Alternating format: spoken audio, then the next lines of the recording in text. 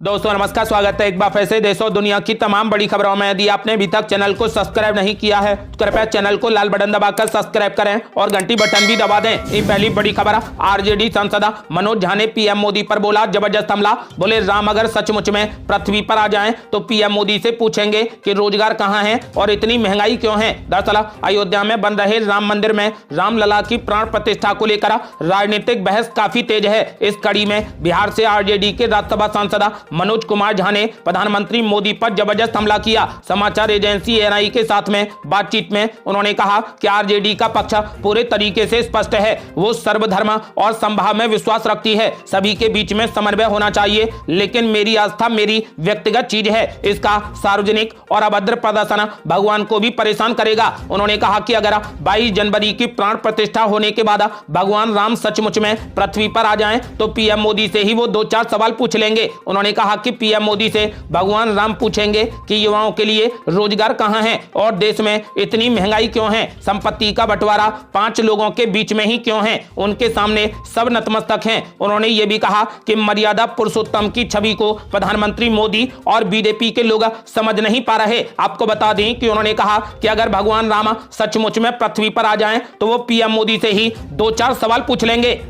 अगली बड़ी खबर, असदुद्दीन ओवैसी ने दे डाला बड़ा बयान। बोले नौजवानों मस्जिदों को आबाद रखो, कहीं ऐसा ना हो कि हमारी मस्जिदें हमसे छिन जाएं। दरअसल राम मंदिर के प्राण प्रतिष्ठा समारोह की तैयारियों और सुनहरी मस्जिद को लेकर जारी विवाद के बीच एआईएमआईएम के अध्यक्ष असदुद्दीन ओवैसी ने कहा कि जहां हमने 500 साल तक सजदा किया, आज वो जगह हमारे पास नहीं है। आप देख ही रहे हैं कि वहां अब क्या हो रहा है। सोमवार को एक सभा को संबोधित करते हुए असदुद्दीन ओवैसी ने कहा कि ये ताकतें आपके दिल से एकजुटता खत्म करना चाहती हैं। सालों की मेहनत के बाद आज हम एक मुकाम पर पहुंचे हैं, इसीलिए अपनी ताकत को बरकरार रखो। इस दौरान उन्होंने वहां मौजूद लोगों से मस्जिदों को आबाद करने और नमाज पढ़ने की अपील की। असदुद्दीन ओवैसी ने कहा कि नौजवानों अपने समुदाय की चिंता और ताकत को बरकरार रखें और मस्जिदों को आबाद रखें, कहीं ऐसा ना हो कि हमारी मस्जिदें हमसे छीन ली जाएं। उन्होंने लोगों से एकजुट रहने की अपील करते हुए कहा कि मुझे उम्मीद है कि आज का नौजवान सोचेगा कि उसे किस तरीके से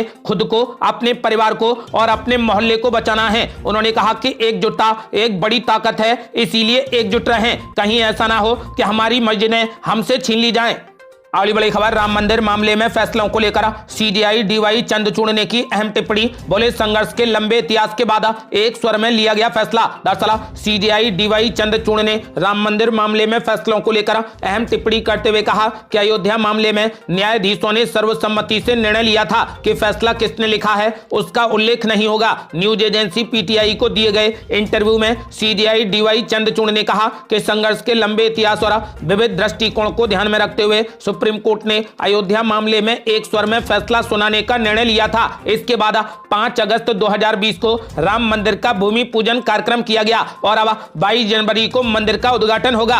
अगली बड़ी खबर, राम मंदिर का जिक्र कर बीजेपी पर जमकर बरसे भूपेश बघेल। बोले जबरदस्ती श्रेय लेने की कोशिश कर रही बीजेपी। दरअसल राम मंदिर की प्राण प्रतिष्ठा 22 जनवरी को होनी है। इस पर सियासत काफी तेज हो गई है। विपक्ष लगातार केंद्र की सत्तारूढ़ बीजेपी पर इसको लेकर हमला कर रहा है। आपको बता दें कि अब छत्तीसगढ़ के पूर्व मुख्यमंत्री भूपेश बघेल ने कहा कि बीजेपी कितना भी चिल्लाए लेकिन राम मंदिर न्यायालय के आदेश पर बन रहा है। बीजेपी इस मुद्दे पर राजनीति कर रही है। भूपेश बघेल ने कहा कि सुप्रीम कोर्ट के निर्देश पर राम मंदिर बना है। राजीव गांधी ने प्रधानमंत्री रहते हुए कहा था कि न्यायालय का जो आदेश है इसको 1 इंच आगे ना पीछे करेंगे। बीजेपी भले ही चिल्लाती रहे या चीखती रहे, लेकिन न्यायालय के आदेश से ही राम मंदिर बन रहा है। जबरदस्ती बीजेपी श्रेय लेने की कोशिश कर रही है। उन्होंने कहा कि हमारा शुरू से ही स्टैंड रहा कि न्यायालय का आदेश हम मानेंगे। आज ये लोग राजनीतिकरण कर रहे हैं। पूर्व मुख्यमंत्री भूपेश बघेल ने अयोध्या के नवनिर्मित हवाई अड्डे को लेकर भी कहा कि हर जगह हवाई अड्डा बने,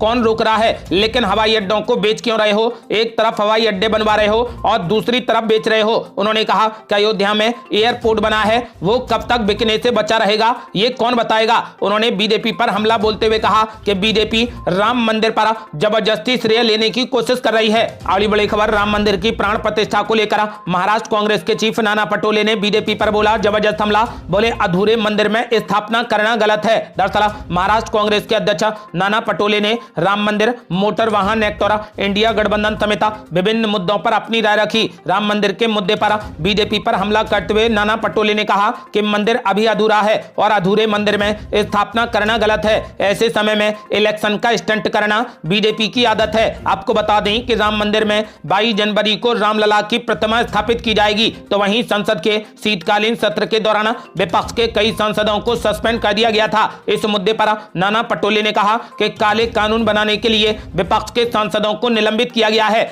मोटर वाहन एक्ट में सुधार लाया गया है। पहले उल्लंघन करने पर 1000 रुपए का फाइन था, जो फाइन अब बढ़ा दिया गया है। उन्होंने कहा कि इसमें सजा भी अब दोगुनी कर दी गई है। नाना पटोले ने कहा कि कांग्रेस पार्टी इस कानून का विरोध कर रही है। आपको बता दें कि हिट एंड रन कानून को लेकर ड्राइवरों ने कई जगहों पर हड़ताल कर दी है।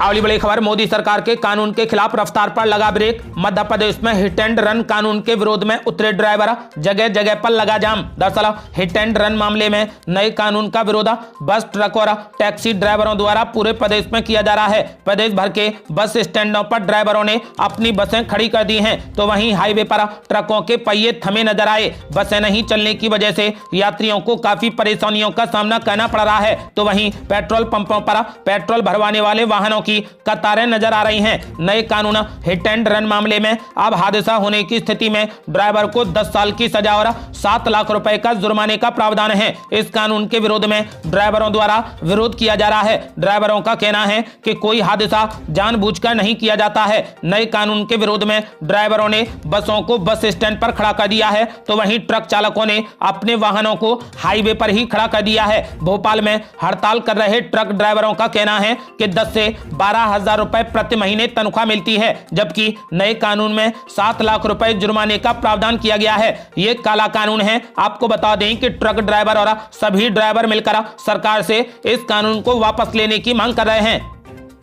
अगली बड़ी खबर, छत्तीसगढ़ में भी दिख रहा केंद्र सरकार के हिट एंड रन कानून के विरोध का असर। बीपीएस और ट्रक यूनियन के सदस्यों ने दे दिया धरना। दरअसल केंद्र सरकार के हिट एंड रन कानून के विरोध में बस्तर में भी ट्रक यूनियन ने हल्ला बोल दिया है और इस कानून को वापस लेने की मांग को लेकर धरना प्रदर्शन शुरू कर दिया है। एशिया की सबसे बड़े ट्रक यूनियन बस्तर परिवहन संघ और बाकी ट्रक यूनियन ने इस कानून के विरोध में देशव्यापी हड़ताल का समर्थन किया है, जिसके चलते सुबह से ही सभी ट्रक यूनियन के सदस्य धरने पर बैठ गए। इसके अलावा निजी बस संचालकों का भी इस धरना प्रदर्शन को समर्थन मिलने से यात्री बसों के पहिए भी थम गए हैं और राजधानी रायपुर से लेकर अंदरूनी इलाकों में चलने वाली सभी यात्री बसों के परिचालन भी रुक गए हैं। धरने पर बैठे ट्रक यूनियन के सदस्यों, ड्राइवर संघ और निजी बस संचालकों का कहना है कि केंद्र सरकार के काले कानून से वाहन चालकों की जिंदगी बर्बाद हो जाएगी। जिस तरीके का कानून केंद्र सरकार द्वारा लाया जा रहा है, उस कानून से वाहन चालकों को काफी दिक्कतों का सामना करना पड़ेगा। ऐसे में वे चाहते हैं कि जल्द से जल्द केंद्र सरकार इस कानून को वापस ले ले। अगली बड़ी खबर, ड्राइवरों ने कर दी हड़ताल। पेट्रोल डीजल संकट पर मध्य प्रदेश सरकार हो गई सख्त। पुलिस के पहरे में आएंगे तेल के टैंकर। दरअसल मध्य प्रदेश में ड्राइवरों की हड़ताल के कारण पेट्रोल और डीजल को लेकर हाहाकार मचा हुआ है। 2 दिन से चल रहे पेट्रोल डीजल संकट को देखते हुए अब सरकार इमरजेंसी मोड में आ गई है। जबलपुर के कमिश्नर अभय वर्मा ने सोमवार को ट्रांसपोर्ट एसोसिएशन और अधिकारियों की बड़ी बैठक में साफ चेतावनी दी है कि लोक हित के कार्य में कोई भी अवरोध पैदा करता है तो उसके विरुद्ध सख्त कार्रवाई की जाएगी। बैठक में सभी एसोसिएशन के प्रतिनिधियों ने ईंधन की आपूर्ति तत्काल शुरू करने पर सहमति जताई है। पुलिस ने भी पेट्रोल डीजल टैंकर के परिवहन में पूरी सुरक्षा देने का आश्वासन दिया है। आपको बता दें कि अब तेल के टैंकर पुलिस के पहरे में आएंगे। अगली बड़ी खबर, जयंत चौधरी ने बीजेपी पर बोला जबरदस्त हमला। बोले सत्ता के नशे में चूरा, बीजेपी नेताओं के घूंसे चलते हैं, यूपी में न्याय का राज नहीं है। दरअसल रालोद के अध्यक्ष और राज्यसभा सदस्य जयंत चौधरी ने मेरठ नगर निगम बोर्ड की बैठक में विपक्षी दलों के पार्षदों की कथित पिटाई के मामले में सत्तारूढ़ बीजेपी पर आरोप लगाते हुए कहा कि उत्तर प्रदेश में सत्ता के नशे में चूरा भाजपा नेताओं के घूंसे चलते हैं, यहाँ पर न्याय का राज नहीं है। मेरठ में नगर निगम की बोर्ड बैठक में मारपीट मारपीट, हंगामा और बवाल मामले ने विपक्ष को एकजुट कर दिया है। कांग्रेस के प्रदेश अध्यक्ष अजय राय और आजाद समाज पार्टी के राष्ट्रीय अध्यक्ष चंद्रशेखर आजाद के बाद में जयंत चौधरी ने जहेदपुर पहुंचकर पार्षदों से मुलाकात की। जयंत चौधरी ने पत्रकारों से कहा कि इस मामले को सुनकर मैं अपनी नैतिक जिम्मेदारी समझते हुए यहां पर आया हूं। अभी भी पीड़ितों को धमकी दी जा रही है, लेकिन वे अड़े हैं और मैं उनकी लड़ाई में उनके साथ हूं। जो पंचायत होगी तो मैं उसमें भी शामिल रहूंगा। उन्होंने भाजपा पर आरोप लगाया कि उत्तर प्रदेश में सत्ता के नशे में चूरा बीजेपी नेताओं के घूसे चलते हैं, यहां पर न्याय का राज नहीं है।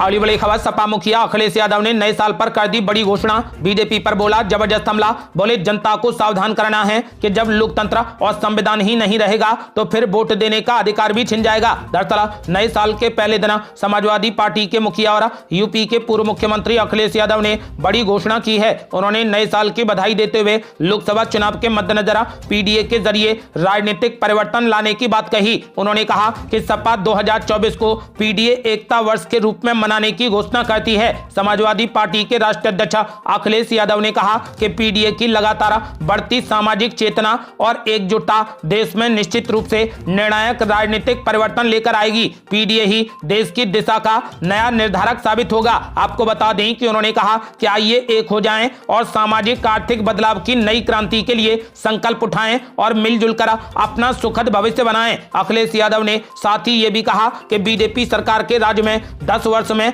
देश पीछे चला गया है। देश को महंगाई, बेरोजगारी और भ्रष्टाचार के अलावा कुछ नहीं मिला है। बीजेपी ने जो वादे किए थे एक भी वादा पूरा नहीं किया है। लोकतंत्र और संविधान को कमजोर किया है। उन्होंने कहा कि बीजेपी सरकार को 2024 के लोकसभा चुनाव में हर हाल में हटाना है। बीजेपी सरकार की गलत आर्थिक नीतियों से किसान, नौजवान समेत हर वर्ग तबाह हो गया है। नए साल को लेकर अखिलेश यादव ने कहा कि नव वर्ष में राजनीति में आगे बढ़ने का संकल्प लेना है। बीजेपी लोकतंत्र की पवित्रता को नष्ट करने की साजिश कर रही है। उन्होंने कहा कि 2024 के लोकसभा चुनाव में बीजेपी की धांधली को रोकना है। बीजेपी को रोकने के लिए बूथ स्तर तक संगठन को मजबूत करना है, सावधानी से वोट का इस्तेमाल करना है। उन्होंने कहा कि उत्तर प्रदेश की सभी 80 लोकसभा सीटों पर बीजेपी को हराना है। बीजेपी पर हमला करते हुए सपा मुखिया अखिलेश यादव ने कहा कि बीजेपी सरकार ने प्रदेश में अराजकता फैला रखी है। महिला अपराध और साइबर क्राइम में यूपी नंबर 1 है। उत्तर प्रदेश में महिलाएं और बच्चियां दुष्कर्म की शिकार हो रही हैं। कानून व्यवस्था ध्वस्त है। शिक्षक अभ्यर्थी वर्षों से अपनी नियुक्ति के लिए धरना प्रदर्शन कर रहे हैं और बीजेपी सरकार उन पर निर्ममता से लाठियां बरसा रही है। उन्होंने कहा कि इस बार बीजेपी सरकार को हर हाल में हटाना होगा। अगली बड़ी खबर, रावड़ी आवास के बाहर राम मंदिर को लेकर आरजेडी ने लगाया विवादित पोस्टर। लिखा जब मंदिर की घंटी बजती है तो हमें संदेश देती है कि हम अंधविश्वास, पाखंड, मूर्खता और अज्ञानता की ओर बढ़ रहे हैं। दरअसल मां दुर्गा और माता सरस्वती पर विवादित टिप्पणी करने वाले आरजेडी विधायक फतेह बहादुर सिंह ने रावड़ी आवास के बाहर एक पोस्टर लगाया है, जिसको लेकर बड़ा विवाद खड़ा हो गया है। सावित्रीबाई फूले को आरजेडी विधायक फतेह बहादुर ने पोस्टर के जरिए भारत की पहली शिक्षिका कहा है। पोस्टर के जरिए उन्होंने सावित्रीबाई फूले के विचार को भी सामने रखा। पोस्टर में लिखा गया है कि मंदिर का मतलब मानसिक गुलामी का मार्ग है और स्कूल का मतलब होता है जीवन में प्रकाश का मार्ग। उन्होंने लिखा है कि जब मंदिर की घंटी बजती है तो हमें संदेश देती है कि हम अंधविश्वास, पाखंड, मूर्खता और अज्ञानता की ओर बढ़ रहे हैं, और जब स्कूल की घंटी बजती है तो यह संदेश मिलता है कि हम तर्क, पूर्ण ज्ञान और वैज्ञानिकता व प्रकाश की ओर बढ़ रहे हैं। अब तय करना है कि आपको किस ओर जाना चाहिए। आपको बता दें कि फिलहाल लोकसभा चुनाव में 2024 को लेकर पूरे तरीके से विपक्ष तैयार है। 22 जनवरी को राम मंदिर का उद्घाटन है। बीजेपी की राम मंदिर की जो राजनीति है उसके खिलाफ अब आरजेडी ने लड़ाई लड़ने का पूरा मन बना लिया है। अगली बड़ी खबर, आरजेडी विधायक फतेह बहादुर ने फिर से दिया विवादित बयान। बोले जो राम मंदिर बन रहा है वो गलत है, मैं राम को भगवान नहीं मानता। दरअसल आरजेडी नेता फतेह बहादुर सिंह के बयान पर बिहार में बवाल मचा हुआ है। इस पर जेडीयू के प्रवक्ता नीरज कुमार सिंह ने अपनी प्रतिक्रिया दी। उन्होंने कहा कि फतेह बहादुर सिंह का नाम के विपरीत आचरण है। उनको अपना नाम कायर बहादुर सिंह रखना चाहिए। उनको तो सभी को कहना चाहिए कि जो कोई भी धर्म में विश्वास रखता है वो हमारे यहाँ ना आए। कायर बहादुर सिंह को कहना चाहिए कि जो कोई भी धर्म में आस्था रखता है वो आरजेडी को वोट ना दे तो उनको पता चल जाएगा कायर बहादुर सिंह से कुछ लेना देना नहीं है। वहीं आरजेडी नेता फतेह बहादुर सिंह ने फिर से विवादित बयान दिया है। उन्होंने कहा कि मैं अपने बयान पर कायम हूं, मैं अपने बहुजन भाइयों को न्याय दिलाना चाहता हूं। हमको मनुस्मृति और रामचरितमानस में भी शूद्र कहा जाता है। हम हिंदू नहीं हैं, हम शूद्र हैं। जो राम मंदिर बन रहा है वो गलत है, उसके बदले वहां पर यूनिवर्सिटी और फैक्ट्री बननी चाहिए जिससे लोगों को रोजगार मिले। मैं अपने बहुजन भाइयों के हाथ में कलम देना चाहता हूं, ना कि धर्म का झंडा। फतेह बहादुर सिंह ने कहा कि जो लोग कहते हैं कि राम मूर्ति में प्राण है उनको ऐसी मूर्तियों को चिन्हित करना चाहिए और जो हमारे जवान सरहदों पर शहीद होते हैं उनको वहां पर भेजना चाहिए और हमारे शहीदों को वापस प्राण देना चाहिए। मैं राम को भगवान नहीं मानता हूं और सुप्रीम कोर्ट भी राम को भगवान नहीं मानता है। अगली बड़ी खबर, साध्वी निरंजन ज्योति ने विपक्ष पर बोला जबरदस्त हमला। बोली विपक्ष को हजम नहीं हो रहा राम मंदिर का निर्माण। दरअसल एक तरफ रामनगरी अयोध्या में रामलला के प्राण प्रतिष्ठा कार्यक्रम को लेकर जोर शोर से तैयारियां चल रही हैं, तो वहीं दूसरी ओर मंदिर के उद्घाटन समारोह को लेकर देश में सियासत काफी तेज हो गई है। विपक्ष सत्ता पक्ष पर धार्मिक कार्यक्रम का राजनीतिकरण करने का आरोप लगा रहा है, तो सत्ता पक्ष की ओर से भी पलटवार किया जा रहा है। अब केंद्रीय मंत्री और बीजेपी नेता साध्वी निरंजन ज्योति ने विपक्षी नेताओं पर तीखा हमला बोला है। साध्वी निरंजन ज्योति ने कहा कि राजनीतिक सोच वाले लोगों को राम मंदिर का निर्माण हजम नहीं हो रहा। उन्हें हजम नहीं हो रहा कि ये राम मंदिर कैसे बन रहा है। जो भगवान राम को नकारते रहे, राम सेतु को नकारते रहे और हमें बोलते रहे कि मंदिर वहीं बनाएंगे लेकिन तारीख नहीं बताएंगे, और अब तो तारीख भी आ गई है। ऐसे लोगों को भगवान सद्बुद्धि दे। इससे पहले बीजेपी के वरिष्ठ नेता और यूपी के उप मुख्यमंत्री केशव प्रसाद मौर्य ने भी इस मामले को लेकर विपक्ष पर जोरदार हमला बोला और कहा कि श्री राम जन्मभूमि पर भव्य मंदिर के लिए इंडी गठबंधन के दल और नेता नफरत फैलाना बंद करें। आपको बता दें कि हाल ही में विपक्षी गठबंधन इंडिया के कई नेताओं ने यह ऐलान कर दिया है कि वे राम मंदिर के उद्घाटन समारोह का हिस्सा नहीं बनेंगे। अगली बड़ी खबर, इंडिया गठबंधन को लेकर जेडीयू का बदल गया सुरा। संजय सिंह ने साफ कर दिया कि नीतीश कुमार से काबिल दूसरा कोई नहीं। दरअसल इंडिया गठबंधन में इन दिनों मुख्यमंत्री नीतीश कुमार को लेकर खूब राजनीति हो रही है। कहा जा रहा है कि नीतीश कुमार इंडिया गठबंधन से नाराज चल रहे हैं। वहीं इन सब पर जेडीयू विधान पार्षद संजय सिंह ने इंडिया गठबंधन से बड़ी मांग कर दी है। उन्होंने कहा कि नीतीश कुमार को निश्चित तौर पर इंडिया गठबंधन में संयोजक बनाया जाना चाहिए, उनसे काबिल दूसरा कोई नहीं है। उन्होंने कहा कि सीट शेयरिंग से लेकर के सभी चीजों में अब बहुत देर हो गई है, पूरा समय बर्बाद हो गया है। उन्होंने कहा कि अगर इंडिया गठबंधन थोड़ी समय पहले और फैसला लेता तो कुछ और खेल हो जाता। अब क्या खेल होगा? एनडीए ने चुनाव की सभी तैयारियां कर ली हैं और हम हाथ पर हाथ धरे बैठे हैं। आपको बता दें कि कहा जा रहा है कि विपक्षी गठबंधन की तरफ से प्रधानमंत्री उम्मीदवारी को लेकर नीतीश कुमार के नाम की चर्चा होनी थी, लेकिन ऐसा अभी तक नहीं हुआ। साथ ही संयोजक भी नहीं बनाया गया। इससे जेडीयू अब इंडिया गठबंधन से दूरी बना रहा है। नीतीश कुमार की नाराजगी की बात भी अब सामने आ रही है। आपको बता दें कि इन चर्चाओं के बीच